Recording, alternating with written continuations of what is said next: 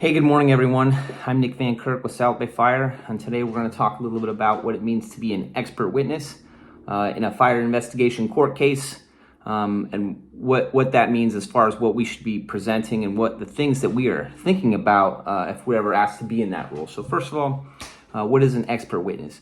So unlike a layperson witness or a factual witness, we just refer to someone who can testify into the account of an event that happened based on what they saw, smell, felt, or heard during a fire in this case.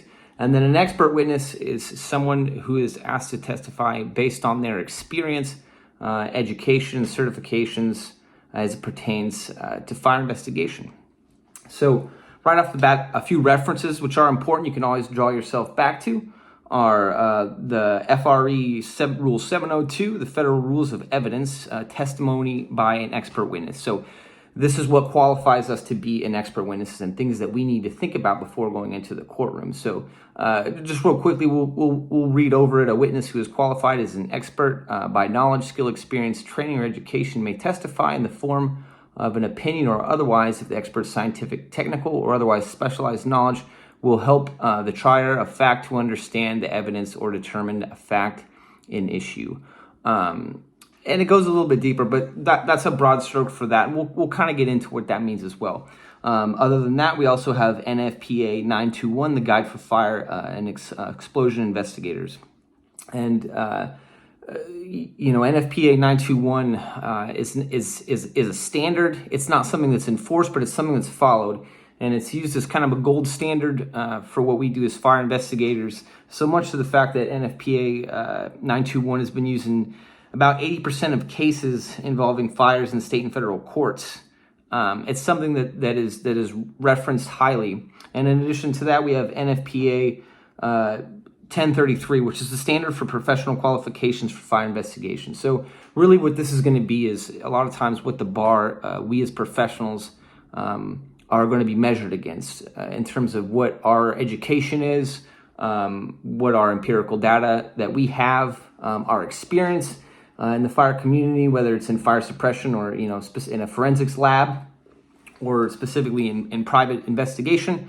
Those are the things, those are the bars that we're going to be measured against.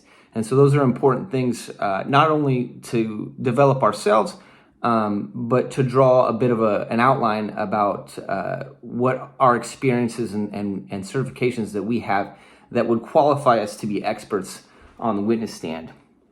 A few things to think about when you are testifying. Definitely think about how you articulate yourself and how you articulate your career as a fire investigator. Assume that your statements can be misconstrued. They will.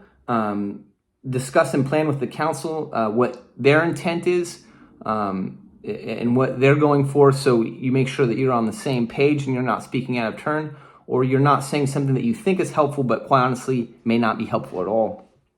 Don't speak in big words. Don't try to be pretentious. We're professionals. We know that. We have nothing to prove to anybody about what our experiences are. We're here to serve the client, and we're here to serve the people that we're defending, and not here to serve our own ego.